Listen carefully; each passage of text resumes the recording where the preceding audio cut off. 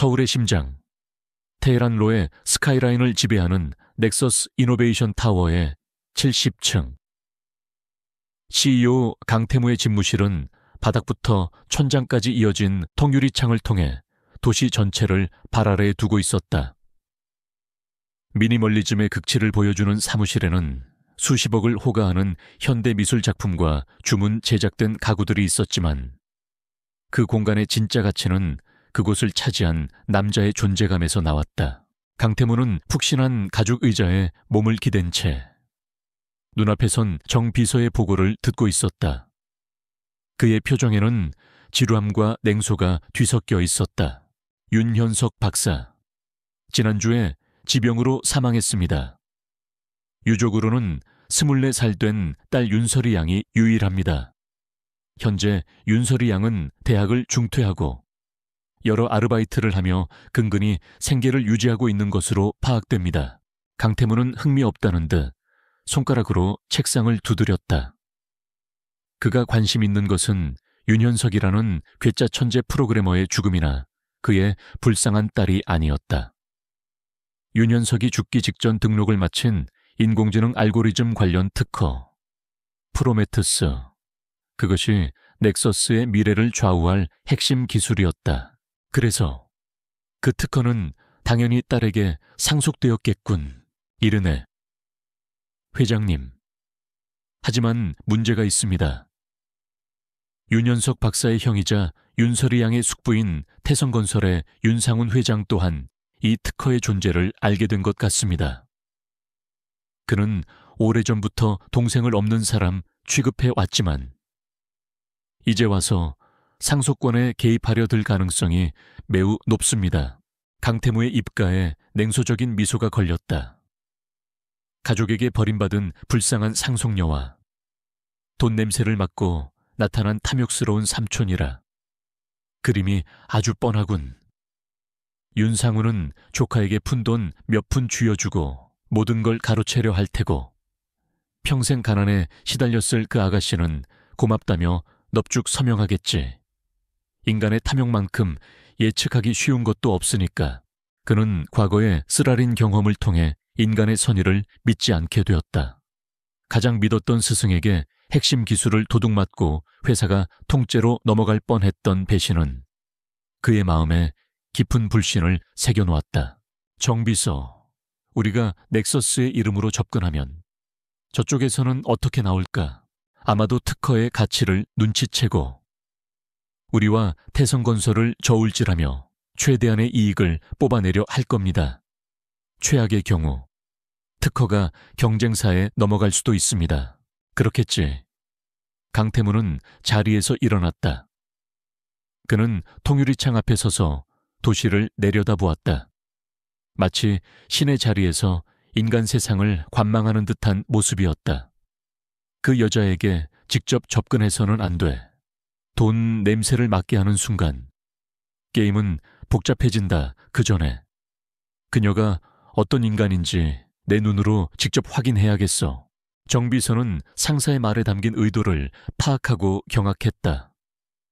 회장님, 설마 게임을 하나 시작할 거야. 내가 직접. 강태무가 돌아보며 말했다. 그의 눈은 차가운 결의로 빛나고 있었다. 가장 낮은 곳에서 가장 아무것도 아닌 존재가 되어 그녀의 곁으로 갈 거다. 그녀가 돈 앞에서 어떤 표정을 짓는지, 위기 앞에서 어떻게 무너지는지, 바닥까지 전부 다 지켜볼 생각이야. 이건 비즈니스야. 정비서 리스크를 최소화하기 위한 현장 실사 같은 거지. 그의 계획은 터무니없고 위험했지만 아무도 강태무의 결정을 꺾을 수는 없었다. 같은 시각 서울의 가장 낡고 허름한 동네 중 하나인 신림동의 한 옥탑방. 강태무가 내려다보던 화려한 도시의 불빛이 닿지 않는 그곳에 윤설이가 살고 있었다. 그녀는 방금 편의점 야간 아르바이트를 마치고 돌아오는 길이었다. 축축한 밤 공기와 가로등 불빛 아래 그녀의 어깨는 무거운 삶의 무게에 지쳐 보였다. 그녀가 사는 옥탑방은 죽은 아버지가 남긴 유일한 유산이었다.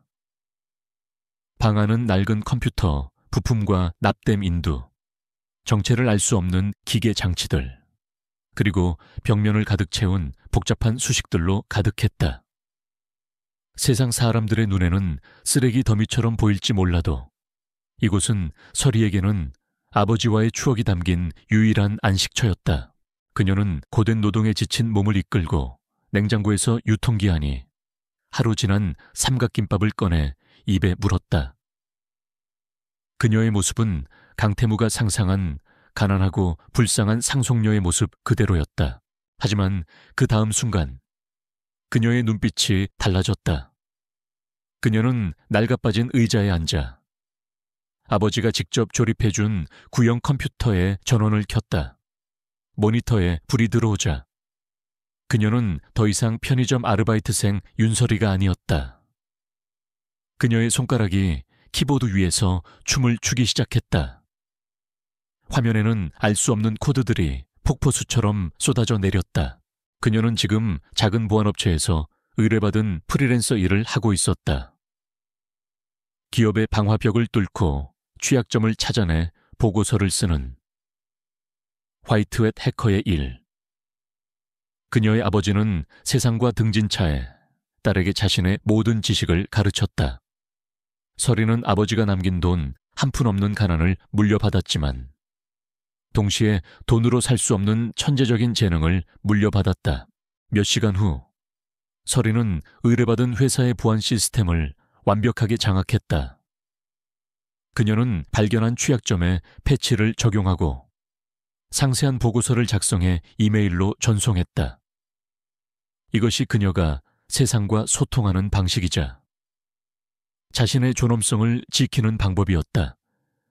그녀는 아무도 자신의 진짜 가치를 모른다는 사실에 외로움을 느꼈지만 동시에 안도했다.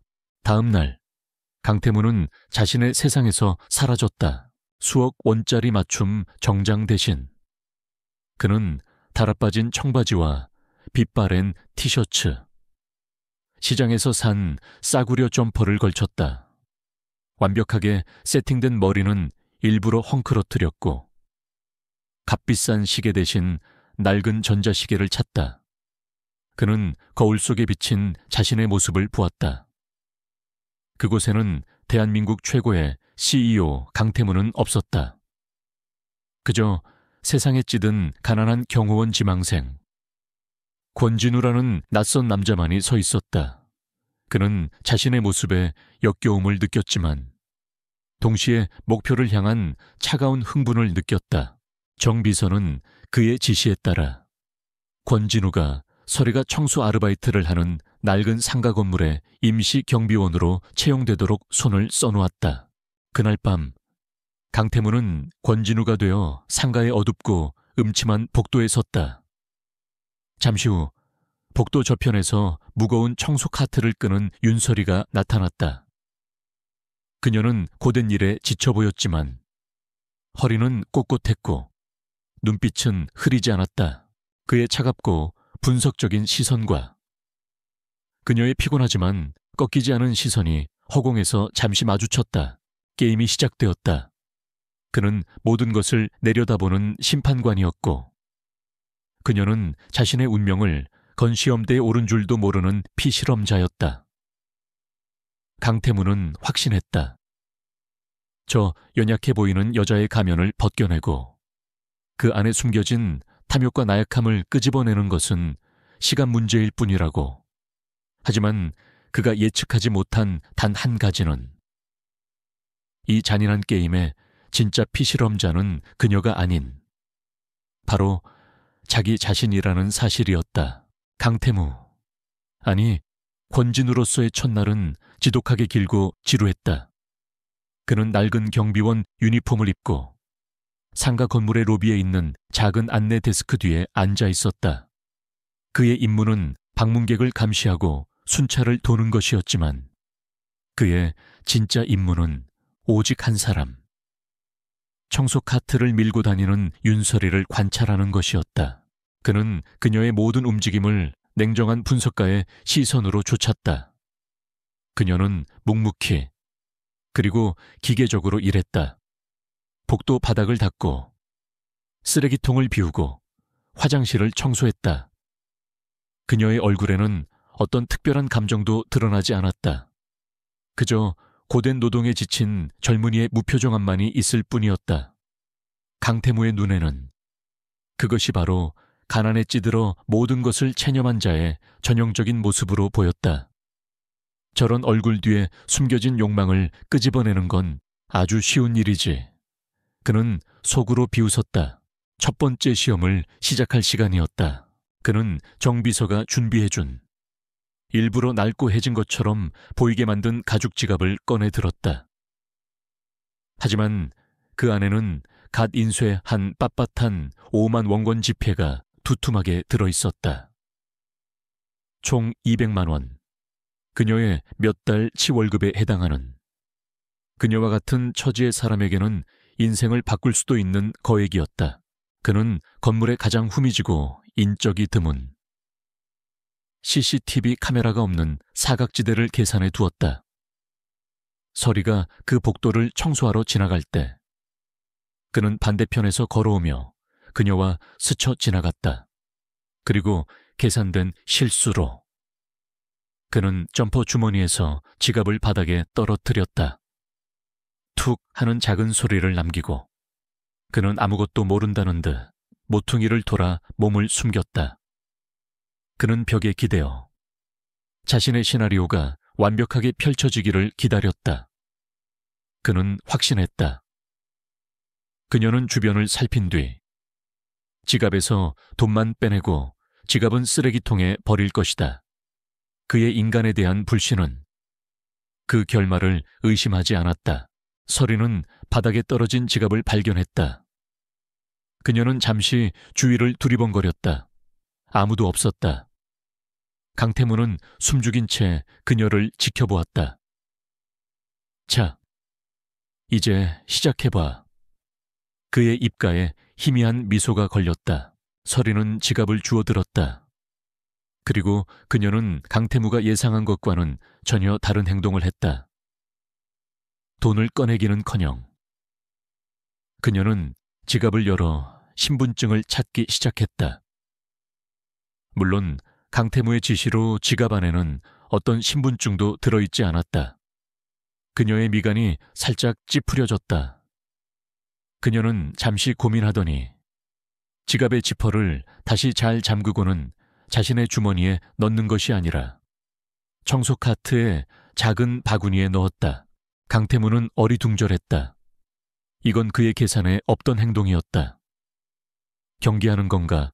아니면 더 똑똑한 건가? 그는 그녀가 일단 지갑을 챙긴 뒤 나중에 안전한 곳에서 돈을 꺼낼 것이라 억지로 결론 내렸다. 하지만 서리는 그의 두 번째 예상마저 보기 좋게 배반했다. 청소를 모두 마친 그녀는 1층 로비에 있는 먼지가 뽀얗게 쌓인 낡은 분실물 보관함으로 향했다. 그리고 그녀는 망설임 없이 그 지갑을 보관함 안에 넣었다. 단 한 장의 지폐도 빼내지 않은 채 모퉁이 뒤에서 모든 것을 지켜보던 강태무는 순간적으로 사고가 정지하는 것을 느꼈다. 그의 완벽한 시나리오는 시작부터 어긋나 버렸다. 그는 짜증이 치밀었다. 단순한 정직함이라고는 믿고 싶지 않았다. 분명 다른 이유가 있을 것이다. 그는 자신의 판단이 틀렸다는 것을 인정할 수 없었다. 다음 날, 그는 계획을 수정했다. 그는 분실물 보관함에서 지갑을 꺼내든 채 휴게실에서 컵라면으로 점심을 때우고 있는 서리에게 다가갔다. 그는 어설픈 연기를 시작했다. 저기, 혹시 이 지갑 못 보셨습니까? 어제 제가 잃어버린 것 같은데. 서리는 그를 쳐다보더니 이내 그가 어제 복도에서 스쳐 지나간 남자라는 것을 기억해냈다. 그녀는 분실물 보관함을 손으로 가리켰다. 어제 복도에서 주워서 저기 넣어뒀어요. 그녀의 목소리는 무심하고 담담했다. 아, 감사합니다. 정말 감사합니다. 강태무는 과장되게 기뻐하며 지갑을 열어 돈을 확인하는 척했다. 이게 제 한 달 월급이라 정말 큰일 날 뻔했습니다. 살해를 하고 싶은데 그는 지갑에서 5만 웡원 지폐 몇 장을 꺼내 그녀에게 내밀었다. 이거라도 받아주세요. 제 성의입니다. 그는 확신했다. 이번에는 거절하지 못할 것이다. 정당한 살해금이라는 명분까지 있지 않은가. 하지만 서리는 그의 손을 밀어냈다. 그녀의 눈빛에는 아주 미세한 경멸감 같은 것이 스쳐 지나갔다. 필요 없어요. 그녀는 짧게 말했다. 당연히 해야 할 일을 한 것뿐이에요. 그 돈. 아저씨한테 더 필요해 보이네요. 그녀는 그렇게 말하고는 자신이 마시던 캔커피를 그의 앞에 탁 내려놓았다. 이거나 마셔요. 그리고는 남은 컵라면을 마저 먹기 시작했다. 그 순간 강태무는 마치 머리를 한 대 세게 얻어맞은 듯한 충격을 받았다. 동정, 가난한 경비원인 자신을 향한 자신보다 더 가난해 보이는 저 여자의 동정. 그의 자존심에 금이 가는 소리가 들렸다. 그리고 난생 처음으로 자신의 행동에 대해 아주 희미한 부끄러움을 느꼈다. 그의 완벽한 시험은 그녀의 너무나도 단순한 존엄성 앞에서 처참하게 실패했다. 바로 그때였다. 휴게실의 낡은 문이 거칠게 열리고 검은색 양복을 입은 거구에 남자 2명이 들어왔다. 그들의 험악한 인상과 위압적인 분위기는 이 낡은 상가 건물과는 전혀 어울리지 않았다. 그들은 곧장 서리가 있는 곳으로 다가왔다. 경비원인 권진우의 역할을 맡은 강태무는 본능적으로 자리에서 일어나 그들을 막아섰다.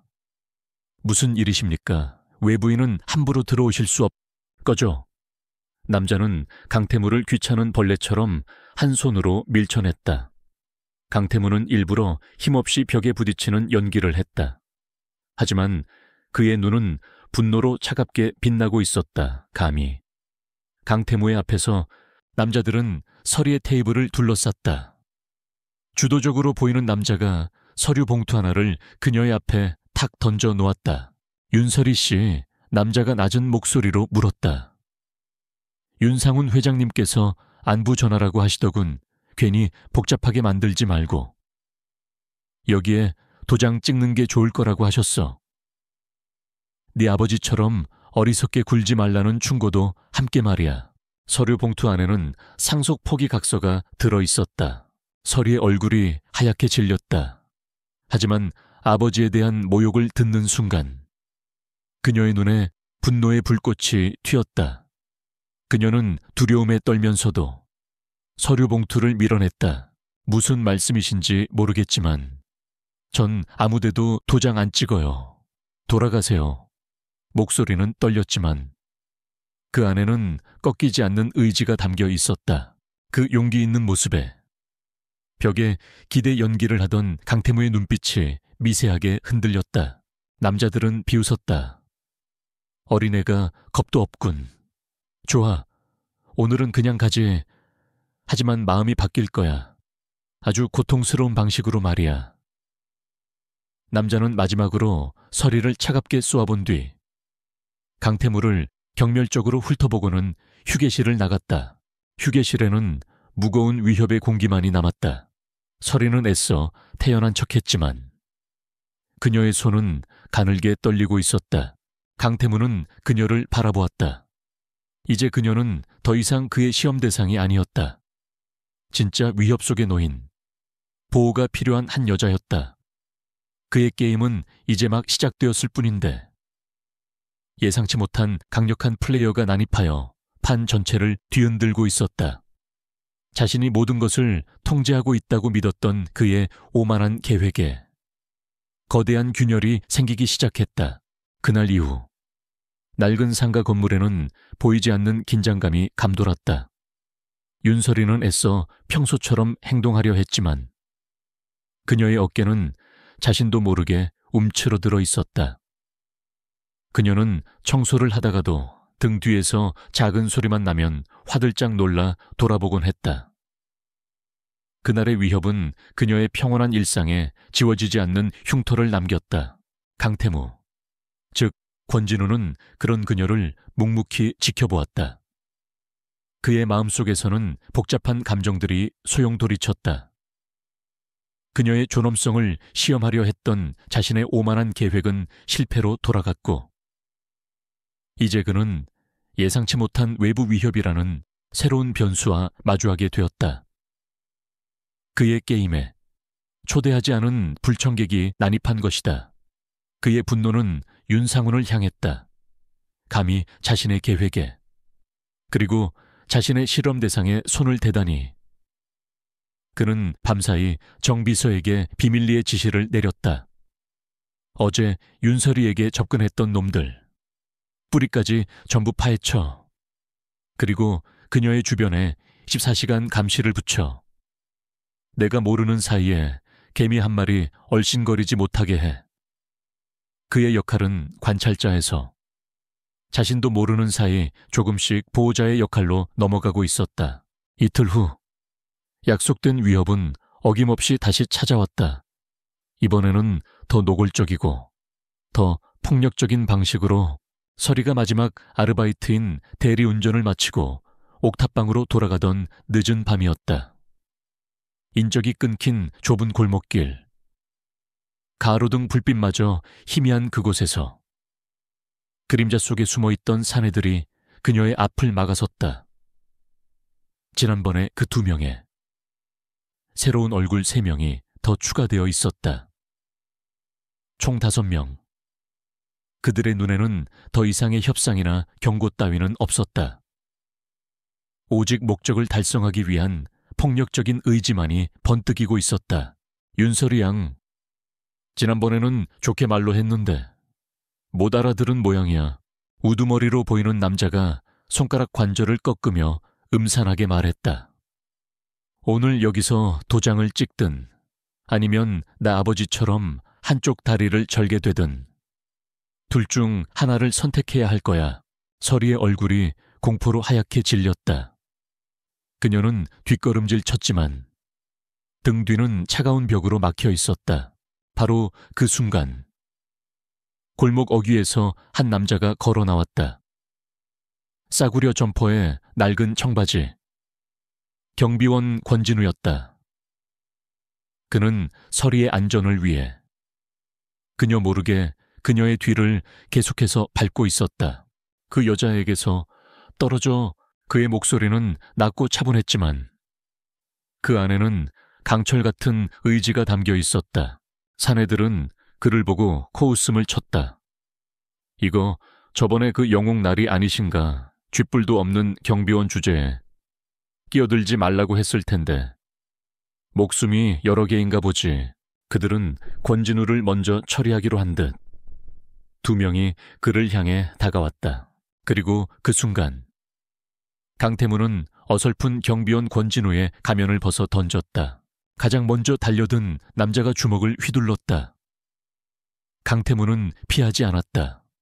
그는 남자의 주먹을 손바닥으로 가볍게 흘려보냄과 동시에 그의 팔을 잡아당겨 몸의 중심을 무너뜨렸다.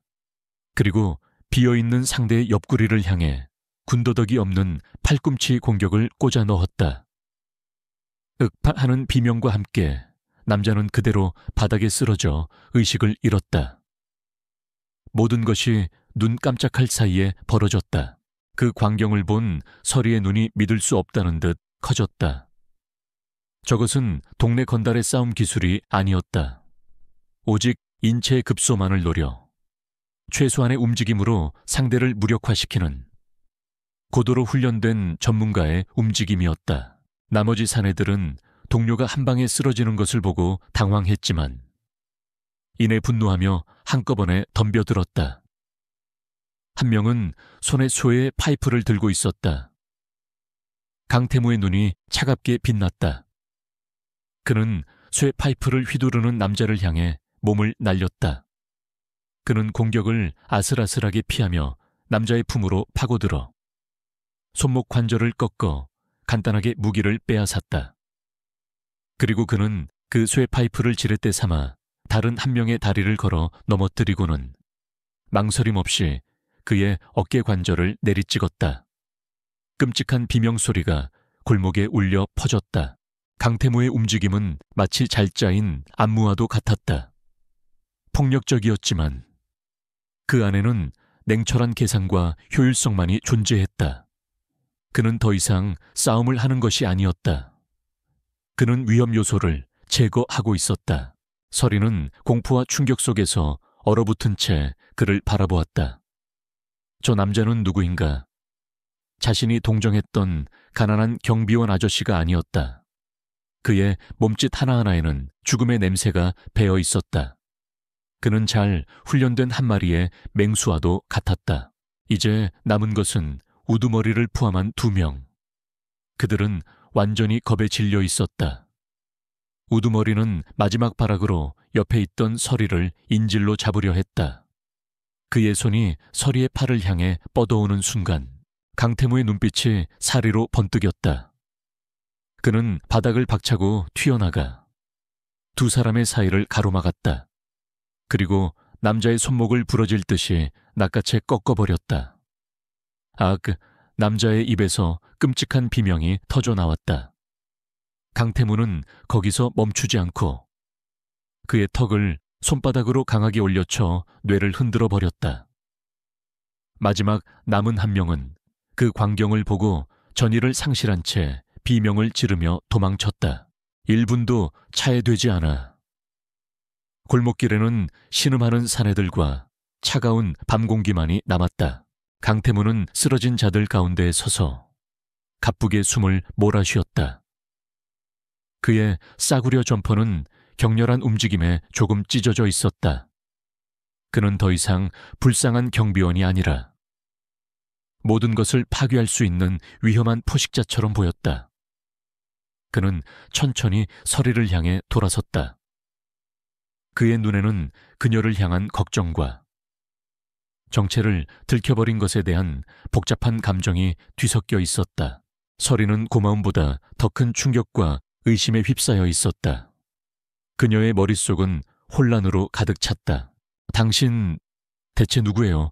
그녀의 목소리는 가늘게 떨리고 있었다. 평범한 경비원이 아니잖아요. 강태무는 자신의 실수를 깨달았다. 그는 본능적으로 그녀를 지키기 위해 자신도 모르게 진짜 실력을 드러내버린 것이다. 그는 아직 진실을 말할 수 없었다. 그는 자신의 정체를 숨기기 위해 그럴듯한 거짓말을 만들어내야만 했다. 그는 애써 시선을 피하며 거친 목소리로 말했다. 나 군대에 있었어. 특수부대. 거기서 좀 안 좋은 일에 얽혀서 불명예 제대하고 되는 대로 살고 있는 중이오. 이런 일 말고는 할 줄 아는 게 없어서. 그것은 그녀의 기술에 대한 질문에 답을 하면서도 가난하고 사연 있는 남자라는 그의 위장을 유지시켜 줄 수 있는 절반의 진실과 절반의 거짓이 섞인 이야기였다. 서리는 그의 말을 온전히 믿어야 할지 판단이 서지 않았다. 그녀는 바닥에 쓰러진 남자들과 그 앞에 서 있는 미스터리한 남자를 번갈아 보았다. 그가 자신을 구해준 것은 사실이었다. 하지만 동시에 그는 자신이 알던 그 권진우가 아니었다. 그는 더 이상 동정의 대상이 아니었다. 그는 숨겨진 과거를 가진 위험한 남자였다. 2 사람의 관계는 돌이킬 수 없이 변해버렸다. 그리고 그 순간 강태무 역시 자신의 내면에서 무언가 변했다는 것을 느꼈다. 서리를 위협하는 자들을 향한 분노, 그녀를 지켜야 한다는 강렬한 보호 본능. 그것은 연기가 아니었다. 진짜였다. 그의 오만한 시험은 이제 그 자신조차 통제할 수 없는 훨씬 더 복잡하고 위험한 무언가로 변질되고 있었다. 비에 젖은 어두운 골목길. 속이는 자와 속는 자의 경계는 완전히 허물어지고 그 자리에는 정체 모를 보호자와 그를 믿어야 할지 말아야 할지 모르는 한 여자만이 서 있었다. 골목길의 소라는 경찰이 출동하면서 일단락되었다. 강태무의 팀이 익명의 시민으로 신고한 덕분이었다.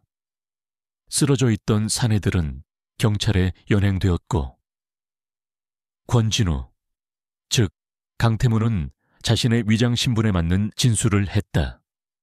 전직 군인으로서 정당 방위 차원에서 폭력을 제압했을 뿐이라고. 경찰은 그의 월등한 전투 능력에 의심의 눈초리를 보냈지만 명백한 증거가 없어 그를 붙잡아 둘 수는 없었다. 혼란이 정리된 후 강태무는 빗속에 홀로 서 있는 윤설이에게 다가갔다. 그녀의 옷은 비에 젖었고 어깨는 가늘게 떨리고 있었다. 그놈들, 다시 돌아올 거요. 그의 목소리는 낮고 진지했다. 당신, 혼자서는 위험해.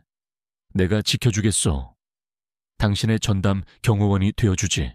설이는 경계심 가득한 눈으로 그를 올려다보았다. 왜요? 왜 아저씨가 저를요 돈도 못 받을 텐데요. 그녀는 그의 동기를 의심했다. 세상에 대가 없는 호의는 없다고. 그녀는 팍팍한 삶을 통해 일찍이 깨달았다. 강태무는 그럴듯한 변명거리를 둘러댔다. 그의 눈빛에는 계산된 분노가 담겨 있었다. 그 양아치 같은 놈들이 군인의 명예를 들먹이며 시비를 걸었어. 그리고 나도 과거에 저런 놈들 때문에 소중한 걸 잃어본 적이 있거든. 이건 그냥 내 개인적인 오기 같은 거요. 그는 마지막으로 자신의 가난한 처지를 강조했다. 어차피 갈 곳도 없는 신세니 숙식만 해결해주면 돼. 그걸로 싹슨 퉁치지. 설이는 깊은 고민에 빠졌다. 이 미스터리한 남자를 자신의 가장 사적인 공간으로 들이는 것은 위험한 일이었다. 하지만 그녀에게 다른 선택지는 없었다. 그녀는 혼자였다. 경찰도, 법도 자신을 완벽하게 지켜줄 수는 없을 터였다. 결국 그녀는 작게 고개를 끄덕였다. 살아남기 위한 어쩔 수 없는 선택이었다. 그렇게 수조 원대 자산가인 넥서스 이노베이션의 CEO 강태무는 월세 30만 원짜리 옥탑방에 더부살이하는 신세가 되었다. 설이의 옥탑방은 강태무가 상상했던 것 이상으로 좁고 혼란스러웠다. 한쪽 벽면은 온갖 컴퓨터 부품과 공구들이 차지하고 있었고 다른 쪽에는 그녀의 소박한 살림살이가 쌓여 있었다. 그의 잠자리는 방 한 구석에 깔린 얇은 요매트가 전부였다. 수천만 원짜리 명품 침대에서 자던 그가 이제는 곰팡내 나는 낡은 옥탑방 바닥에서 잠을 청해야 했다. 두 사람의 어색한 동거는 그렇게 시작되었다. 그들은 마치 서로를 경계하는 두 마리의 야생 동물처럼 좁은 공간 속에서 최대한 서로의 영역을 침범하지 않으려 애썼다. 대화는 거의 없었다. 밥을 먹을 때도, 잠자리에 들 때도 무거운 침묵만이 그들 사이를 맴돌았다. 하지만 이 기묘한 동거는 강태무의 오만한 시험을 전혀 다른 차원의 것으로 바꾸어 놓았다. 그는 보고서의 건조한 활자들이 담아내지 못했던 윤설이의 삶을 가장 가까이에서 목격하기 시작했다. 그는 보았다. 그녀가 며칠 내내 남은 라면으로 끼니를 때우는 것을, 전기세 고지서를 보며 깊은 한숨을 내쉬는 것을, 달아빠진 운동화 밑창을 본드로 붙여가며 씻는 것을, 그는 재무제표 속에 숫자로만 접했던 가난의 민낯을 바로 눈앞에서 생생하게 마주했다. 또한 그는 그녀의 따뜻한 마음을 보았다. 그녀는 자신도 먹을 것이 부족하면서 옥상에 찾아오는 길고양이에게 꼬박꼬박 우유를 챙겨주었다. 그리고 어느 날 밤에는 폐지를 줍는 할머니의 리어카가 언덕길에서 미끄러지자 한치의 망설임도 없이 달려나가 함께 리어카를 밀어주는 모습을 목격했다. 그녀의 선량함은 계산되지 않은 본능적인 것이었다. 그리고 무엇보다 그는 그녀의 숨겨진 천재성을 목격했다. 그녀는 그가 잠들었다고 생각하는 깊은 밤이 되면 낡은 컴퓨터 앞에 앉아 전혀 다른 사람으로 변했다. 그는 잠든 척 눈을 감고 그녀의 키보드 소리에 귀를 기울였다. 그는 그녀가 무엇을 하는지 정확히는 알 수 없었지만 화면 위를 스쳐 지나가는 복잡한 코드들과 문제 해결에 집중하는 그녀의 경이로운 몰입력에서 직감할 수 있었다. 그녀는 단순한 아르바이트생이 아니었다. 그녀는 어둠 속에 숨겨진 보석이었다. 아버지의 뒤를 잇는 혹은 아버지를 뛰어넘는 천재였다. 강태무의 관점은 극적으로 변하기 시작했다. 냉소적인 관찰자는 사라지고 그 자리에는 죄책감과 경외감, 그리고 자신도 이해할 수 없는 깊은 보호 본능으로 가득 찬 한 남자가 서 있었다. 그는 더 이상 그녀가 고통받는 것을 그저 지켜보고만 있을 수 없었다. 그는 자신의 시험 규칙을 스스로 어기기 시작했다. 그는 정비서에게 연락해 익명으로 그녀의 아버지가 남긴 병원비를 모두 갚도록 지시했다. 다나음 날 병원비 독촉장이 더 이상 날아오지 않는 것을 보고 어리둥절해야 하는 그녀의 모습을 그는 복잡한 심경으로 지켜보았다. 그는 푸드뱅크 자선 행사를 위장해 신선한 식료품이 가득 담긴 상자가 그녀의 옥탑방 문 앞에 배달되게 했다. 라면이 아닌 따뜻한 밥과 고기 반찬을 먹으며 얼굴이 환해지는 그녀를 보며 그는 처음으로 가슴 한구석이 따뜻해지는 것을 느꼈다. 어느 날에는 그가 우연히 재활용 쓰레기장에서 주웠다며 최신형은 아니지만 그녀의 낡은 컴퓨터보다는 훨씬 성능이 좋은 중고 노트북을 건넸다. 버려진 건데 아직 쓸만하더라고. 필요 없으면 버리고. 그는 무심한 척 말했지만 노트북을 받아들고 기뻐하는 그녀의 모습에서 눈을 뗄 수가 없었다. 하지만 윤설이는 어리숙한 소녀가 아니었다. 그녀는 갑자기 해결된 병원비와 때맞춰 배달된 식료품 상자, 그리고 자신의 작업에 꼭 필요한 사양의 노트북이 연달아 나타나는 것을 단순한 우연으로 여기지 않았다. 그녀는 자신의 미스터리한 경호원을 의심하기 시작했다. 그는 가끔 어디론가 전화를 하러 나갔고 그의 말투에서는 가난한 경비원이라고는 믿기 힘든 지적인 단어들이 묻어나왔다. 거짓말의 탑은 위태롭게 쌓여가고 있었고 그들의 거짓된 동맹은 언제 무너져도 이상하지 않을 만큼 아슬아슬했다. 어느 늦은 밤이었다. 설이는 또다시 자신의 컴퓨터 앞에서 작업에 몰두하다. 자신도 모르게 책상에 엎드려 잠이 들었다. 그녀의 모니터에는 아직 완성되지 않은 복잡한 알고리즘이 빛나고 있었다. 소파 뒤쪽 자신의 임시 잠자리에서 그 모습을 지켜보던 강태무는 조용히 자리에서 일어났다. 그는 그녀를 깡패들로부터만이 아니라 이 혹독한 세상으로부터 지켜주고 싶다는 강렬한 충동을 느꼈다. 그는 조심스럽게 그녀의 갸냘픈 몸을 안아들었다. 생각보다 훨씬 가벼웠다. 그는 그녀를 방 한구석에 있는 작은 침대에 눕히고 낡은 담요를 목까지 덮어주었다. 그는 잠든 그녀의 얼굴을 가만히 내려다보았다. 지친 기색 속에서도 굳은 의지와 순수함이 엿보이는 얼굴이었다. 그 순간 강태무는 자신의 임무가 완벽하게 실패했음을 깨달았다. 그는 그녀에게 감정을 가져서는 안 되었다. 그는 개입해서는 안 되었다. 하지만 그는 이미 너무 깊이 개입해버렸다. 자신이 시작한 이 게임이 이제는 거꾸로 자신을 조종하고 있었다. 그리고 그는 속수무책으로 끌려 들어가고 있었다. 권진우와 강태무의 경계선이 위험할 정도로 빠르게 허물어지고 있었다. 강태무의 세계에서는 정보가 곧 권력이었다. 그리고 그는 그 권력을 가장 효율적으로 사용하는 방법을 알고 있었다. 그는 늦은 밤 넥서스 이노베이션 본사 지하에 위치한 R&D 연구소의 보안 구역으로 자신의 오른팔인 정 비서와 연구소의 총책임자인 오정수 박사를 호출했다. 이것이 윤현석 박사가 남긴 특허 프로메테우스의 전체 데이터입니다.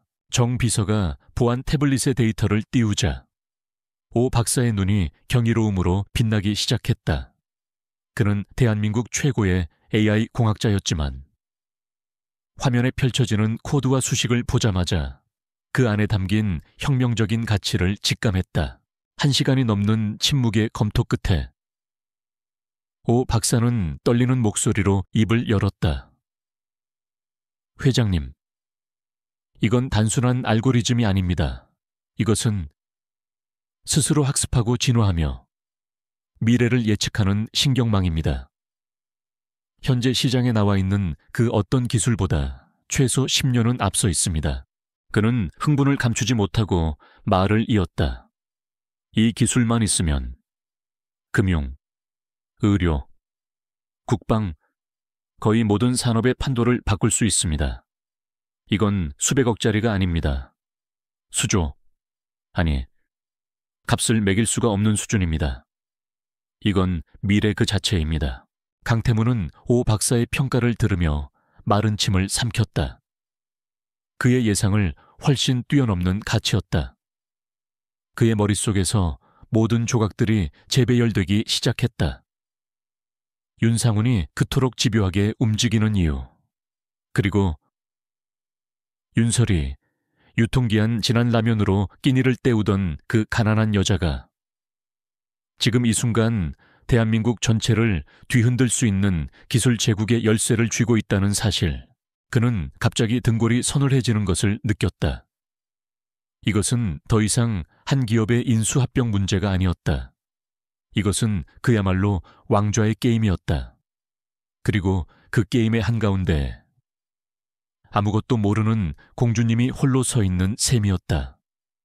그를 향한 보호 본능은 이제 개인적인 감정을 넘어 회사의 명운을 건 절박한 의무가 되어버렸다. 한편 같은 시각 옥탑방의 낡은 컴퓨터 앞 윤설이는 자신만의 전쟁을 시작하고 있었다. 그녀는 더 이상 정체 모를 위협에 떨고만 있을 수 없었다. 경찰은 힘없는 자의 편이 아니라는 것을 그녀는 너무 일찍 깨달았다. 그녀는 스스로를 지켜야만 했다. 그녀의 유일한 무기는 아버지가 물려준 천재적인 해킹 실력이었다.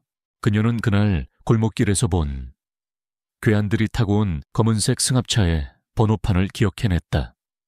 그녀는 거의 사진처럼 모든 것을 기억하는 능력이 있었다. 그녀는 망설임 끝에 법의 경계를 넘기로 결심했다. 그녀는 서울시 교통관제센터의 공공 CCTV 데이터베이스에 침투했다.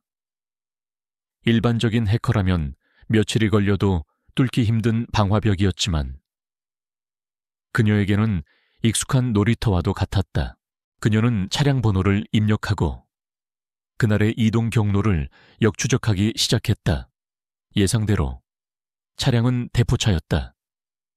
등록된 소유주는 존재하지 않는 유령 회사였다. 첫 번째 벽에 부딪혔지만 서리는 포기하지 않았다. 그녀는 유령 회사의 사업자 등록 기록을 파고들었다. 또다시 막다른 길, 그녀는 수사 방식을 바꿨다. 그녀는 이제 돈의 흐름을 좇기로 했다. 그녀는 어둠의 경로를 통해 그 유령 회사의 차명 계좌를 찾아냈고 그곳으로 흘러들어온 자금의 출처를 추적해 나갔다. 그것은 마치 미로 속에서 보이지 않는 실을 따라가는 것과도 같은 끈기와 고도의 집중력이 필요한 작업이었다. 자금은 자금 세탁을 위해 수십 개의 유령 회사를 거치며 꼬리를 감추고 있었다.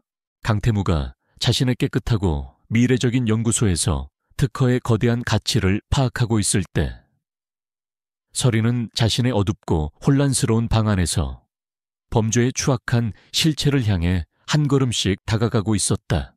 몇 시간의 추적 끝에 마침내 서리는 돈의 흐름의 가장 꼭대기에 있는 저수지를 찾아냈다. 그 돈이 흘러나온 곳은 태성건설의 비자금 계좌였다. 자신의 숙부, 윤상훈 회장의 회사. 그녀의 희미한 의심은 차가운 확신으로 변했다. 아버지를 내쳤던 그 남자가 이제는 자신마저 파멸시키려 하고 있었다. 작은 승리감에 잠시 숨을 고르던 서리의 머릿속에 새로운 의문이 고개를 들었다. 권진우, 그리고 최근 자신에게 일어났던 이상한 일들. 갑자기 해결된 아버지의 병원비, 때맞춰 배달된 식료품. 그녀는 본능적인 의심에 이끌려 병원비를 지불한 익명의 기부자의 계좌를 추적하기 시작했다. 이것은 이전의 작업보다 훨씬 더 어려웠다. 정 비서가 강태무의 지시를 받아 몇 겹의 보안 장치를 통해 완벽한 익명으로 처리한 거래였기 때문이었다. 하지만 서리는 천재였다. 그녀는 마지막 거래 승인 단계에서 아주 미세한 디지털 서명을 발견했다. 그것은 특정 기업에서만 사용하는 자체 개발한 고도의 보안 프로토콜의 흔적이었다. 그녀는 그 디지털 서명을 단서로 인터넷을 검색하기 시작했다. 그리고 마침내 찾아냈다. 대한민국에서 그 독자적인 보안 프로토콜을 사용하는 회사는 단 한 곳뿐이었다. 넥서스 이노베이션. 서리의 세상이 기울어지는 것 같았다. 넥서스 이노베이션, 대한민국 최고의 IT 기업. 왜 그 거대 기업이 자신의 아버지 병원비를 대신 내준단 말인가. 그리고 그 순간 그녀의 머릿속에 특허라는 단어가 떠올랐다. 그녀는 처음으로 아버지가 남긴 특허의 내용을 인터넷으로 검색해 보았다. 온통 어려운 전문 용어뿐이었지만 그 기술의 잠재적 가치에 대해 분석한 몇몇 기사들을 읽을 수 있었다. 그녀의 머릿속에서 모든 조각들이 미친 듯이 충돌하기 시작했다. 숙부의 탐욕, 특허의 막대한 가치, 넥서스 이노베이션의 익명 기부, 그리고 갑자기 나타난 너무나도 강하고 너무나도 친절하며 너무나도 미스터리한 경호원. 이 모든 것이 우연일 리가 없었다. 이 모든 조각들을 하나로 묶는 단 하나의 가설. 권진우라는 남자는 그가 말하는 그런 사람이 아닐지도 모른다. 서리는 자신의 낡은 모니터에 떠있는 넥서스 이노베이션의 로고를 망연자실하게 바라보았다. 그녀는 아직 전체 그림을 보지 못했다. 하지만 그녀는 이제 가장 결정적인 퍼즐 조각 하나를 손에 쥔 것이다. 자신을 지켜주는 보호자. 자신이 조금씩 마음을 열고 의지하기 시작했던 그 남자가 자신이 상상했던 것보다 훨씬 더 거대하고 복잡한 게임의 일부일지도 모른다는 끔찍한 예감. 그녀의 의심은 이제 막연한 감정이 아닌 넥서스라는 뚜렷한 이름을 갖게 되었다. 그리고 그 미스터리의 얼굴은 불과 몇 미터 떨어진 바닥에서 잠들어 있는 바로 그 남자였다. 태성건설의 회장실. 윤상훈은 자신의 수족에게서 올라온 보고서를 집어 던졌다. 사진 속에는 처참하게 얻어맞고 경찰에 연행되는 자신의 부하들. 그리고 그들을 경계하며 윤서리를 보호하고 서 있는 한 남자의 모습이 담겨 있었다. 유령처럼 싸우는 경비원이라고 윤상훈의 얼굴이 분노로 일그러졌다. 그는 주먹으로 책상을 내리쳤다. 단순한 위협으로 쉽게 손에 넣을 수 있으리라 생각했던 조카의 유산이 정체불명의 경호원 하나 때문에 계속해서 발목을 잡고 있었다. 어디서 굴러먹던 놈인지는 모르겠지만 힘으로 안 된다면 다른 방법을 써야지. 그의 눈이 뱀처럼 차갑게 빛났다. 저 계집의 몸을 부술 수 없다면 정신과 돈줄을 부셔버려 사방에서 압박해서 완전히 고립시켜 아무도 없고 아무것도 없다는 절망감을 느끼게 해. 그럼 제 발로 기어와서 도장을 찍게 될 테니.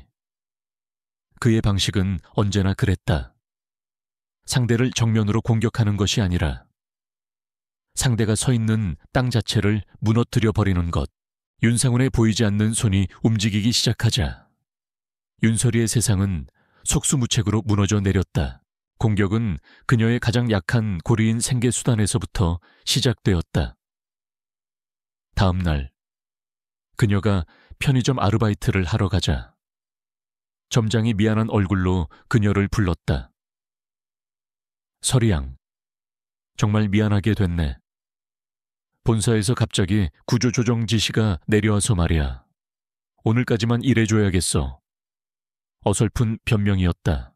그녀는 불안한 마음을 안고 상가 건물 청소 아르바이트로 향했다. 그곳에 관리소장 역시 똑같은 레퍼토리를 반복했다. 용역업체가 바뀌면서 기존 인원은 더 이상 쓸 수 없게 됐습니다. 미안합니다. 하루아침에 그녀의 수입원 2군데가 모두 끊겨버렸다. 단순한 우연이 아니었다. 숙부인 윤상훈이 자신의 영향력을 이용해 힘없는 아르바이트생 하나를 사회적으로 매장시키고 있는 것이다. 절망감이 그녀의 발목을 붙잡았다. 하지만 진짜 공격은 이제부터 시작이었다. 재정적인 압박에 숨이 막혀오던 바로 그날 오후, 법원에서 보낸 두툼한 등기우편이 옥탑방으로 배달되었다. 그것은 법원 소환장이었다. 윤상훈이 그녀를 상대로 성년 후견 개시 심판을 청구한 것이다. 청구서에는 그녀가 오랫동안 사회와 단절된 채 망상에 빠져 살던 아버지의 영향으로 현실 감각이 결여되어 있으며 자신의 재산을 관리할 능력이 없는 정신적으로 불안정한 상태라고 적혀 있었다. 그 증거로는 그녀가 안정적인 직업 없이 아르바이트를 전전하는 것, 그리고 아버지가 남긴 쓰레기 더미 같은 작업실에서 비정상적으로 생활하는 것 등이 제시되었다. 그것은 그녀의 존엄성과 권리 자체를 말살하려는 교묘하고 잔인한 법률적 공격이었다. 권진우, 즉 강태무는 이 모든 과정을 바로 곁에서 지켜보았다. 그의 내면에서는 분노가 들끓었다. 전화 한 통이면 그는 태성건설이라는 회사 자체를 대한민국 지도에서 지워버릴 수도 있었다. 하지만 그는 그럴 수 없었다. 자신의 정체를 드러내는 순간 이제 막 싹트기 시작한 설이와의 위태로운 관계 또한 끝장날 것이기 때문이었다. 그는 스스로 만든 권진우라는 감옥에 갇혀 아무것도 할 수 없었다. 그녀의 통장 잔고가 바닥을 드러내고 그녀의 얼굴에서 웃음이 사라지는 것을 지켜보는 것은 그에게는 생전 처음 느껴보는 끔찍한 무력감이었다. 옥탑방의 공기는 날이 갈수록 무거워졌다. 설이는 극심한 스트레스와 절망감에 시달렸다. 그리고 그녀의 의심은 점점 더 권진우와 그 배후에 있을지도 모르는 넥서스를 향했다. 이 모든 게 혹시 그들의 계획은 아닐까? 나를 벼랑 끝까지 몰아붙인 다음 구세주처럼 나타나 헐값에 특허를 사들이려는 속셈은 아닐까? 그녀는 마음의 문을 닫아버렸다. 때로는 그에게 신경질적으로 소리치기도 했다. 아저씨는 왜 아직도 여기 있어요? 이제 지킬 것도 아무것도 없는데. 강태무는 그녀의 가시 돋친 말을 묵묵히 받아낼 뿐이었다. 그는 자신이 할 수 있는 유일한 일을 했다. 그는 자신의 돈을 현금으로 인출해 경비원 일 보너스를 받았다는 어설픈 거짓말로 식료품을 사왔다. 그는 법률 서류 더미 속에서 밤을 새우는 그녀의 곁을 조용히 지켰다. 그가 해줄 수 있는 것은 자신의 정체가 허락하는 한도 내에서 그녀가 혼자가 아니라고 느끼게 해주는 것뿐이었다. 포기하지 마. 어떻게든 방법이 있을 거야. 하지만 상황은 점점 더 최악으로 치달았다. 결국 정이 요금을 내지 못해 옥탑방의 전기가 끊기는 날이 오고야 말았다. 그날 밤 설이는 촛불 하나에 의지한 채 어둡고 차가운 방 한가운데에 웅크리고 앉아 있었다. 그녀의 주변에는 이해할 수 없는 법률 용어로 가득 찬 서류들이 흩어져 있었다. 미래는 보이지 않았다. 세상에 완벽히 혼자 버려진 기분이었다. 결국 그녀의 어깨가 가늘게 떨리기 시작하더니 참아왔던 울음이 터져 나왔다. 모든 것을 잃어버린 아이처럼 그녀는 절망적으로 흐느꼈다. 어둠 속에서 그 모습을 지켜보던 강태무의 심장이 부서지는 듯했다. 그의 오만한 시험은, 그의 냉소적인 게임은 이제 흔적도 없이 사라졌다. 그의 눈에는 오직 세상의 모든 무게에 짓눌려 울고 있는 한 여자만이 보였다. 그는 조용히 그녀의 곁으로 다가갔다. 그는 어둠 속에서 그녀의 옆에 가만히 앉았다. 그리고 CEO 강태무라면 절대 하지 않았을 행동을 했다. 그는 망설임 끝에 자신의 팔을 뻗어 그녀의 떨리는 어깨를 감쌌다. 그리고 그녀를 자신의 품으로 끌어당겼다. 그것은 어떤 계산도, 어떤 의도도 없는 본능적인 보호의 몸짓이었다. 서리는 저항하지 않았다. 그녀는 그의 품에 기댄 채 한참 동안 아이처럼 울었다. 적의 잔인한 압박은 역설적이게도 그들을 가장 가까운 곳에서 가장 깊은 감정으로 묶어버리고 있었다. 그는 더 이상 그녀를 시험하는 자가 아니었다. 그는 그녀와 함께 폭풍우 속에 서 있는 사람이었다. 어둠 속에서 두 사람의 관계는 결정적인 선을 넘어섰다. 그리고 그 선 너머에서 그들을 기다리고 있는 것은 피할 수 없는 진실의 순간이었다. 그날 밤 그의 포옹은 그녀의 마음속 폭풍을 잠재웠지만 동시에 그 안에 위험한 정적을 심었다. 다음 날 아침 전기가 다시 들어왔을 때 나중에야 익명의 자성화가 밀린 요금을 모두 지불했다는 것을 알게 되었지만 옥탑방의 공기는 완전히 달라져 있었다. 이전의 어색하고 긴장된 분위기는 사라지고 그 자리에는 난처한 친밀감이 감돌았다. 윤설이는 말이 없어졌지만 그것은 더 이상 절망의 침묵이 아니었다. 계산의 침묵이었다. 그녀는 자신의 결정을 내렸다. 그날 밤 그녀는 아르바이트를 하러 나가지 않았다. 그녀는 기다렸다. 권진우, 즉 강태무가 순찰, 실제로는 정비서와의 비밀 회의를 마치고 돌아왔을 때 그는 무언가 달라졌음을 느꼈다.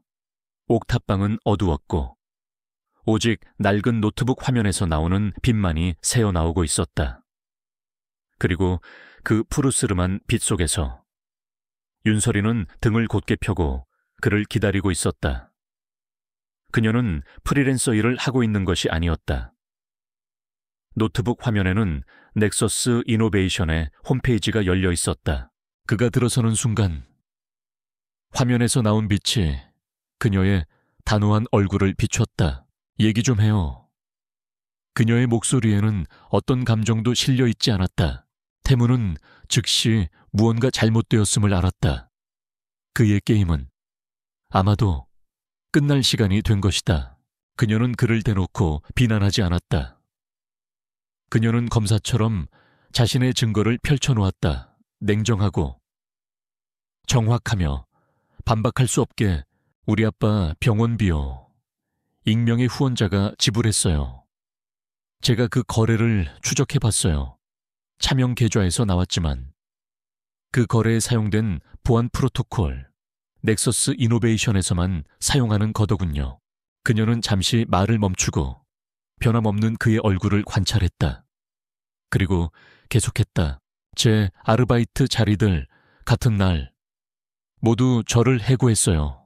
우리 삼촌이 힘이 있긴 하지만 그렇게 깔끔하게 조율하려면 제게에 훨씬 더 큰 영향력이 필요하죠. 그녀는 그의 눈을 똑바로 쳐다봤다.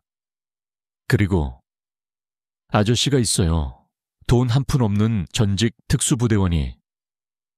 하필이면 우리 삼촌이 제가 알지도 못했던 유산 때문에 저를 위협하기 시작할 때 나타났죠. 그녀는 노트북을 그에게로 돌렸다. 화면에는 2장의 사진이 나란히 놓여 있었다. 한쪽은 넥서스 웹사이트에 있는 그의 완벽한 기업 대표 사진. 그 옆에는 그가 자고 있을 때 몰래 찍은 흐릿한 사진. 그 대조는 잔인할 정도로 명확했다. 강태무, 넥서스 이노베이션의 회장님. 그녀의 목소리는 얼음장 같았다. 혹시 하실 말씀이라도 있으신가요? 회장님, 그녀는 회장님이라는 단어를 그녀가 할 수 있는 모든 조롱과 경멸을 담아 강조했다. 강태무는 꼼짝없이 갇혔다. 게임은 끝났다. 그는 거짓말을 할 수도 있었지만 그것이 무의미하다는 것을 알았다. 그리고 그녀의 차갑고 상처받은 눈을 보았을 때 그는 더 이상 거짓말을 하고 싶지 않다는 것을 깨달았다. 그는 깊은 숨을 내쉬고 모든 것을 고백했다. 그는 변명하지 않았다. 그는 추악한 진실을 그대로 드러냈다. 맞아, 내가 강태무요. 그는 특허의 가치, 그녀의 인격을 시험하려 했던 처음의 냉소적인 계획, 위장, 그 모든 것을 설명했다. 그는 자신의 관점이 어떻게 변했는지, 어떻게 그녀를 존경하고 아끼게 되었는지 설명하려 애썼지만 그녀의 귀에는 그 모든 말이 자기 변명으로만 들릴 뿐이었다. 그럼 전부 다 거짓말이었네요. 그녀의 목소리가 마침내 갈라지며 떨렸다. 지갑, 친절, 제가 울 때 위로해줬던 거, 그 모든 게 회장님의 시험의 일부였나요? 그것은 잔인한 질문이었다. 정직한 대답이 모든 것을 파괴할 것이라고 그가 아는 질문이었다. 아니, 그는 부인하려 애썼다. 그 부분은 내가 당신에게 느끼는 감정은 그건 진짜야. 하지만 그녀가 어떻게 그를 믿을 수 있겠는가? 그들 관계의 모든 기반이 거짓이었는데 그녀가 의지했던 보호자는 단지 그녀를 관찰하고 판단하는 사람이었을 뿐이다. 그녀가 특별한 유대감을 느꼈던 남자는 역할을 연기하고 있었을 뿐이다. 배신은 절대적이었다. 그녀는 소리를 지르거나 광적으로 울부짖지 않았다. 그녀의 반응은 더 차갑고 더 파괴적이었다. 그녀는 웃었다. 텅 비고 씁쓸한 웃음소리였다. 시험이라 위대한 넥서스의 회장님께서 불쌍한 고아를 시험하러 오셨다. 그래서 결과는 어떤가요? 회장님, 제가 통과했나요? 그녀의 목소리에 담긴 조롱이 칼처럼 그의 심장을 찔렀다. 모든 것을 통제하는 데 익숙했던 강력한 남자인 그는 자신의 오만함이 초래한 결과에 완전히 패배한 채 서 있었다. 나가요. 그녀의 목소리는 평평하고 생기가 없었다. 내 집에서 나가. 그리고 그 빌어먹을 보호도 가지고 가요. 회장님의 역겨운 게임에서 조리 되느니 차라리 혼자 삼촌을 상대하겠어. 그녀는 그에게 등을 돌렸다. 끝을 알리는 단호한 몸짓이었다. 그는 항의하려 했고 위험에 대해 경고하려 했다. 서리 씨, 혼자서는 위험해. 그 작자는 멈추지 않을 거요. 하지만 그녀의 눈은 돌처럼 굳어 있었다. 그는 졌다. 그의 냉소적인 게임은 그가 원했는지조차 몰랐던 단 한 가지. 그녀의 신뢰를 대가로 치르게 했다. 그는 한동안 서 있다가 천천히 몸을 돌려 문 밖으로 걸어 나갔다. 그는 자신이 만든 거짓말의 잔해 속에 그녀를 홀로 남겨두었다. 막은 내렸고 무대는 배신의 풍경이었다. 강태무가 떠난 후 옥탑방에는 지독한 침묵만이 남았다. 문이 닫히는 소리는 마치 사형 선고처럼 그들의 위태로웠던 관계에 종지부를 찍었다. 윤설이는 그가 사라진 문을 한참 동안 망연자실하게 바라보았다. 분노와 배신감으로 들끓던 마음이 식자 그 자리에는 뼈를 깎는 듯한 외로움과 슬픔이 파도처럼 밀려왔다. 그녀는 바닥에 주저앉아 무릎에 얼굴을 묻었다. 울음은 나오지 않았다. 눈물마저 그를 위해 흘려주기에는 너무나 아깝다고 생각했다. 그녀는 속았다. 완벽하게. 그리고 잔인하게. 그녀가 의지하기 시작했던 보호자는 사실 그녀를 시험하던 심판관이었고, 그녀가 마음을 열었던 남자는 교묘한 연기를 하던 배우였다. 그녀의 인생에 들어왔던 모든 것은 거짓이었다. 하지만 그 모든 거짓말 속에서 그녀가 느꼈던 안도감과 따뜻함은 진짜였다. 그래서 배신감은 더욱 그녀의 심장을 갈기갈기 찢어놓았다. 강태문은 차가운 밤 공기 속에서 옥탑방 건물을 올려다보았다. 그는 차마 그곳을 떠나지 못했다. 그는 자신의 차, 세상에 단 몇 대뿐인 수제 스포츠카 대신 정 비서가 급하게 가져온 평범한 검은색 세단 안에 앉아 있었다. 그는 이제 더 이상 권진우가 될 수 없었다. 하지만 강태무로서도 그녀의 곁으로 돌아갈 자격이 없었다. 그는 자신의 손으로 자신이 지키고 싶었던 유일한 것을 부서뜨렸다. 그의 냉소적인 게임은 결국 자기 자신을 파멸시키는 것으로 끝이 났다. 정 비서가 조심스럽게 물었다. 회장님, 이제 어떻게 하시겠습니까? 강태무는 대답 대신 굳은 얼굴로 옥탑방에 꺼진 불빛을 응시할 뿐이었다. 몇 시간 후 서리는 자리에서 일어났다. 그녀의 눈은 더 이상 슬픔에 젖어 있지 않았다. 그 자리에는 차가운 결의, 강철 같은 분노가 서려 있었다. 그녀는 결심했다. 더 이상 누구도 믿지 않을 것이다. 더 이상 누구에게도 의지하지 않을 것이다. 이 싸움은 처음부터 그녀 혼자만의 것이었다. 그녀는 자신의 방식으로, 자신의 힘으로 끝을 낼 것이다. 그녀는 다시 컴퓨터 앞에 앉았다. 하지만 이번에는 프리랜서 일을 하는 것이 아니었다. 그녀는 전쟁을 준비하고 있었다. 그녀는 먼저 자신의 모든 디지털 흔적을 지우고 여러 겹의 가상 방화벽으로 자신을 보호했다. 그리고 그녀는 방역을 시작했다. 그녀는 태성건설의 내부 서버에 다시 한번 침투했다. 이번에는 단순한 정보 수집이 아니었다. 그녀는 윤상훈의 개인 비서 컴퓨터에서 그가 차명으로 관리하는 해외 계좌 내역과 그동안 저질러온 수많은 불법적인 거래 증거들을 찾아내기 시작했다. 그녀의 손가락은 분노를 연료 삼아 그 어느 때보다 빠르고 정확하게 움직였다. 이것은 그녀의 복수였다. 한편 윤상훈은 자신의 정보원으로부터 아주 흥미로운 보고를 받았다. 회장님, 윤설이의 곁을 지키던 그 경호원이 사라졌습니다. 어젯밤에 크게 다투고 나간 후 돌아오지 않고 있습니다. 윤상훈의 입가에 교활한 미소가 번졌다. 내 그럴 줄 알았지.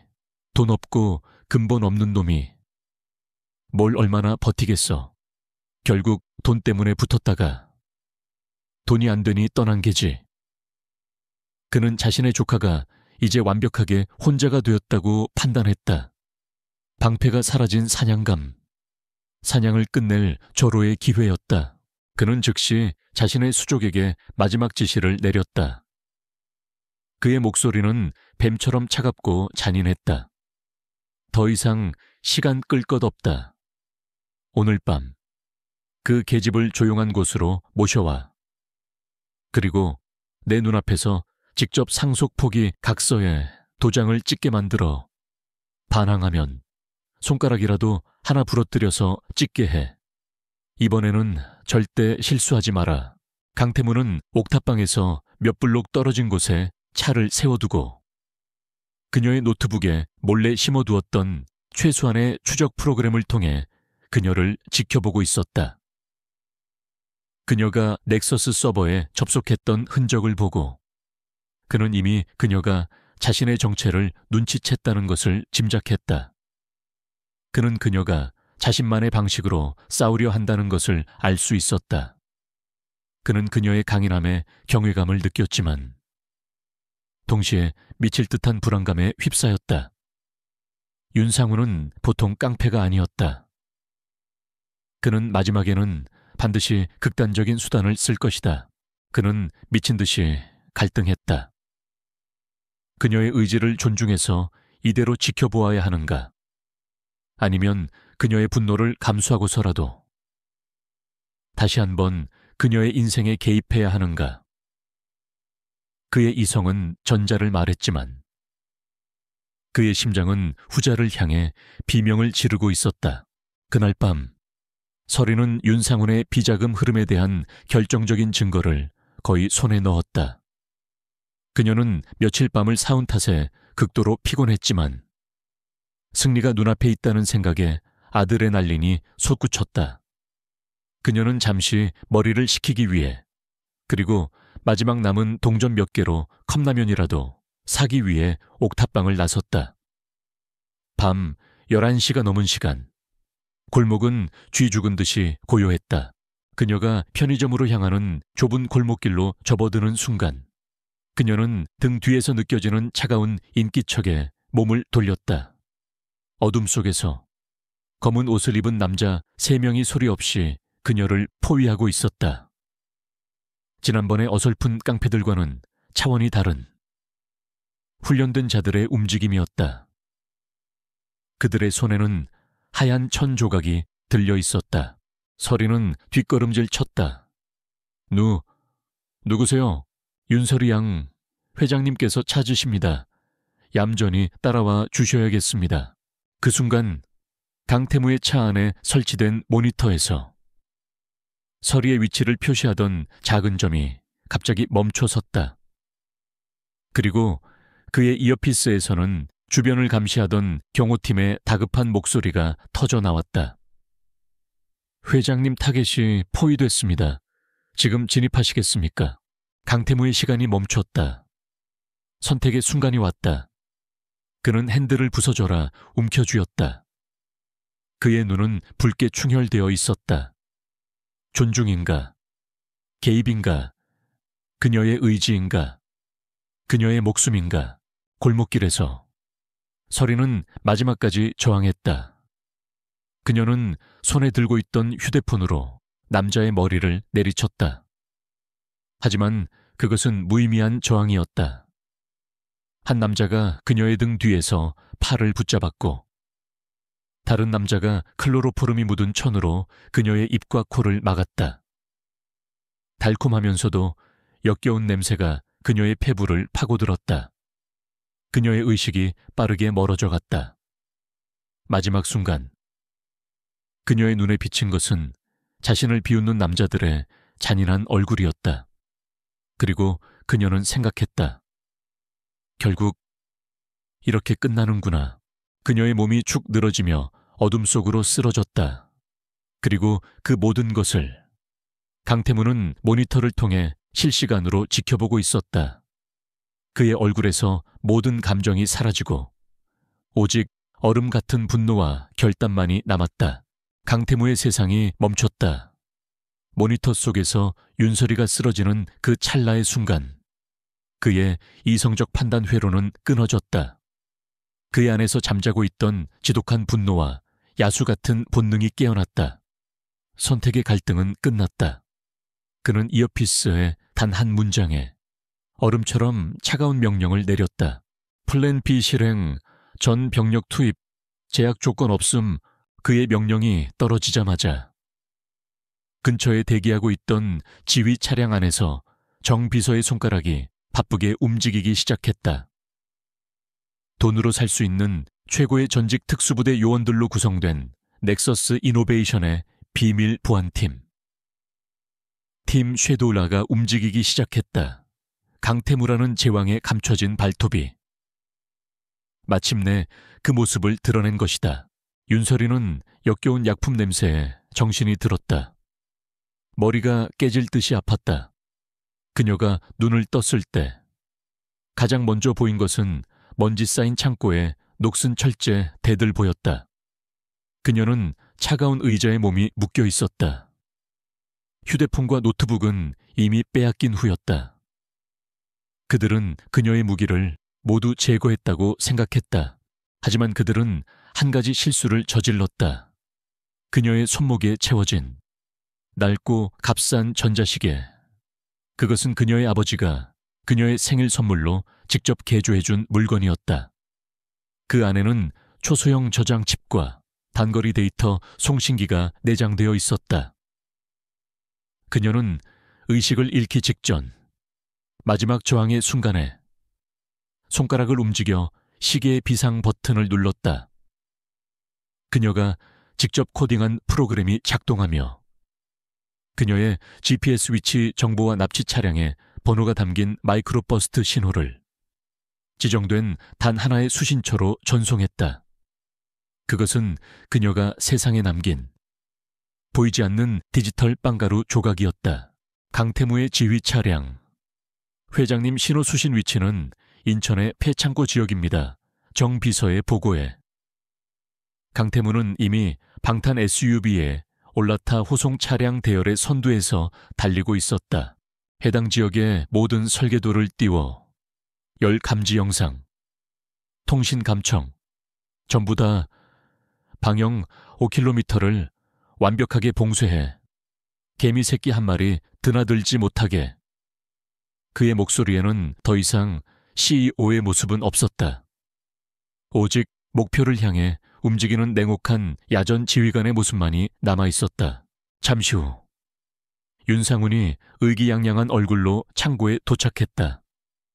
그는 의자에 묶인 채 자신을 꺾이지 않는 눈빛으로 노려보는 조카를 경멸적으로 내려다보았다. 그는 상속 포기각서를 그녀의 무릎 위에 던졌다. 여기에 도장 찍어라. 그럼 이 모든 게 끝난다. 네 한심한 인생으로 돌아갈 수 있게 해주지. 거절한다면 글쎄, 이런 외진 곳에서는 끔찍한 사고가 종종 일어나곤 하지. 서리는 시간을 벌어야 했다. 그녀는 두려움 속에서도 그를 똑바로 쳐다보며 말했다. 아빠가 왜 당신을 경멸했는지 이제 알겠어요. 당신은 그저 욕심에 눈이 먼 기생충일 뿐이에요.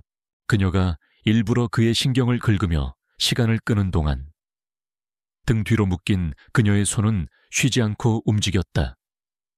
그녀는 시계의 두 번째 기능을 작동시켰다. 주변의 전자기기를 교란시키는 저주파 발신 기능. 지지직 창고의 낡은 전등이 깜빡이기 시작했고 납치범들의 무정의에서 날카로운 잡음이 터져 나왔다. 그것은 작은 저항이었지만 혼란을 만들고 자신이 여전히 싸우고 있다는 신호를 보내는 그녀만의 방식이었다. 바로 그 순간 강태무의 팀이 도착했다. 그들은 정문으로 돌격하지 않았다. 강태무가 수립한 전술 계획에 따라 그들은 지붕과 지하 배수구를 통해 동시에 소리 없이 침투했다. 야간 투시경과 비살상용 마취총으로 무장한 팀 섀도우는 유령처럼 움직이며 윤상훈의 부하들을 하나씩 제거해 나갔다. 강태무 자신은 선두에서 공격팀을 이끌었다. 그는 더 이상 CEO가 아니었다. 그는 자신의 먹잇감을 사냥하는 포식자였다. 강태무가 윤상훈이 서리를 붙잡아 두고 있는 사무실의 문을 박차고 들어섰다. 갑작스러운 습격에 놀란 윤상훈은 마지막 발악으로 서리를 붙잡아 그녀의 목에 칼을 들이댔다. 꼼짝마 한 발짝이라도 더 다가오면 이 계집의 목을 그어버릴 테다. 마지막 대치 상황. 강태무는 비무장 상태로 그와 마주섰다. 그는 칼을 보지 않았다. 그는 윤상훈의 눈을 보았다. 끝났어. 윤상훈, 네가 졌다. 바로 그 순간 창밖의 저격수가 겨눈 레이저 포인터의 붉은 점이 윤상훈의 미간에 나타났다. 동시에 기회를 엿보던 서리가 윤상훈의 발등을 구둣발로 힘껏 짓밟고 머리를 뒤로 박아 그의 코를 들이받았다. 윤상훈이 고통에 찬 비명을 지르며 그녀를 잡은 손의 힘을 순간적으로 풀었다.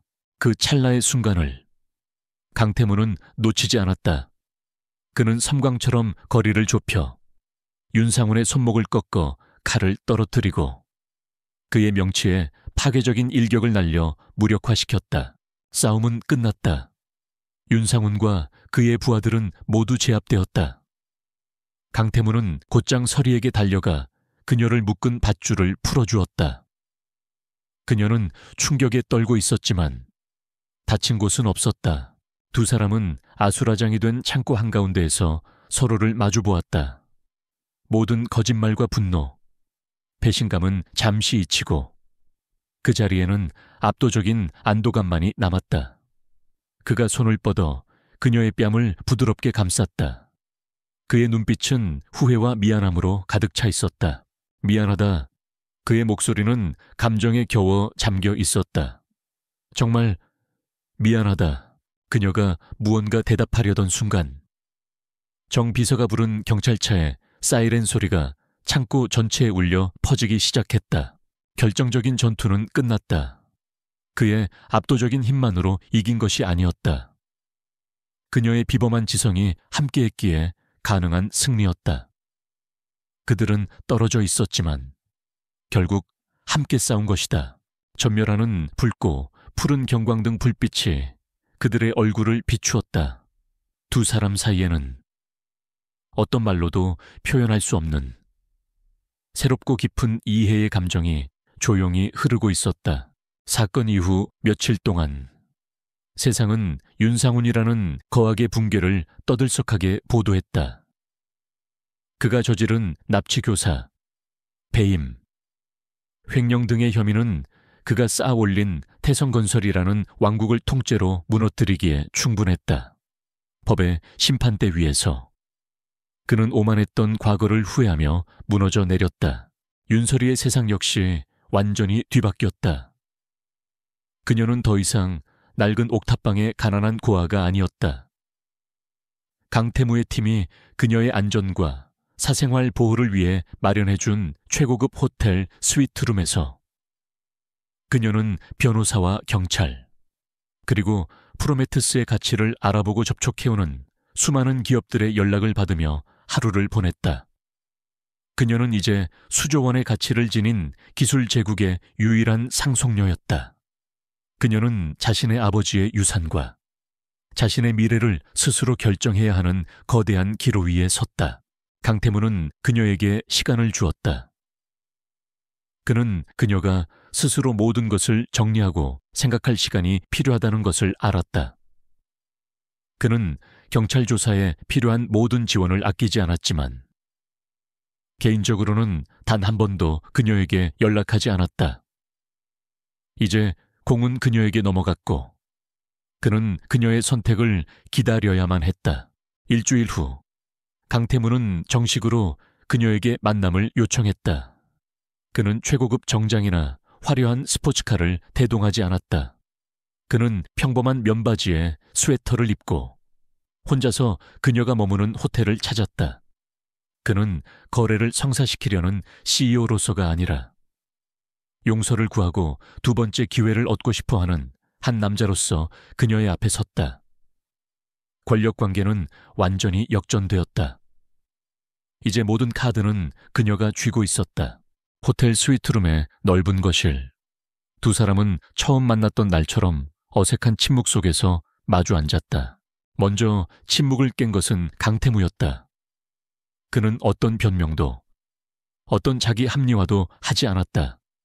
그는 자리에서 일어나 그녀의 앞에서 깊이 허리를 숙였다. 내가 틀렸어. 내 냉소적인 생각, 내 오만함, 그리고 내가 시작한 그 끔찍한 시험까지 모든 것이 다 틀렸어.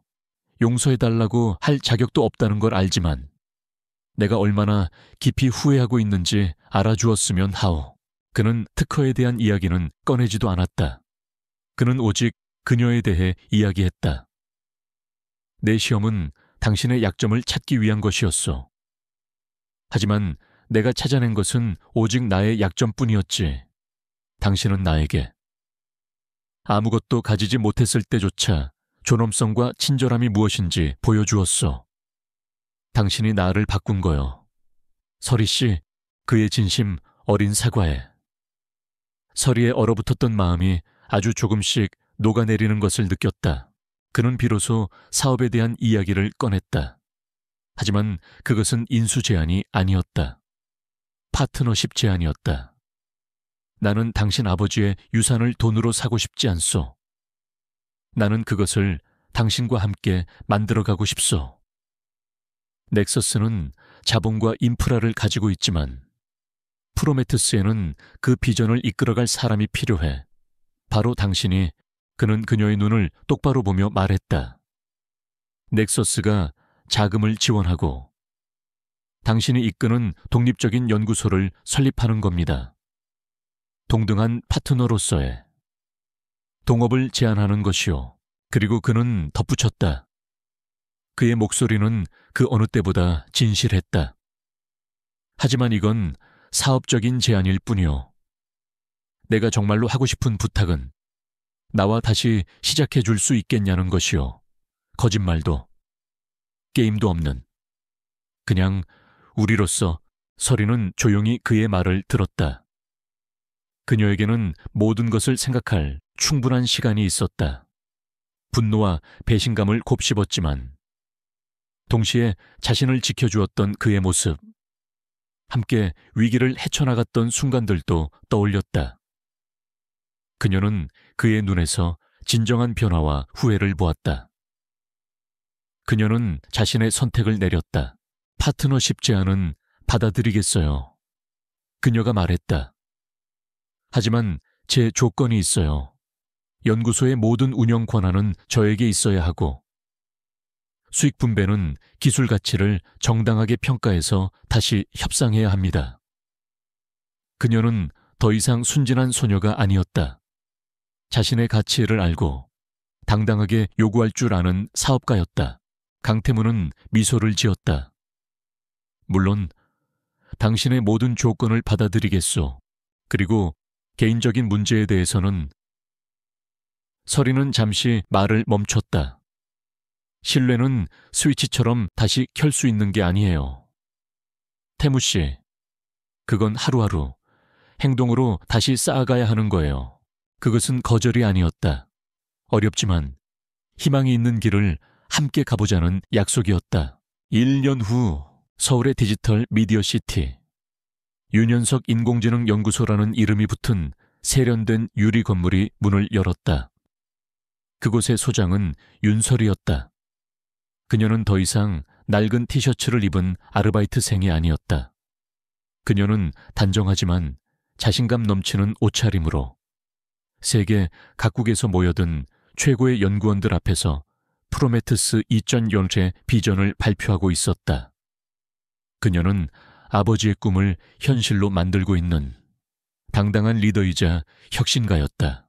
강태무는 발표회장의 가장 뒷줄에 앉아 자랑스러움과 사랑이 가득한 눈으로 그녀를 바라보고 있었다. 그는 더 이상 세상을 냉소적으로 보는 CEO가 아니었다. 그는 자신의 파트너를 묵묵히 지지하고 응원하는 든든한 동반자였다. 발표회가 끝나고 두 사람은 함께 연구소를 걸어 나왔다. 저녁 노을이 두 사람의 그림자를 길게 늘어뜨렸다.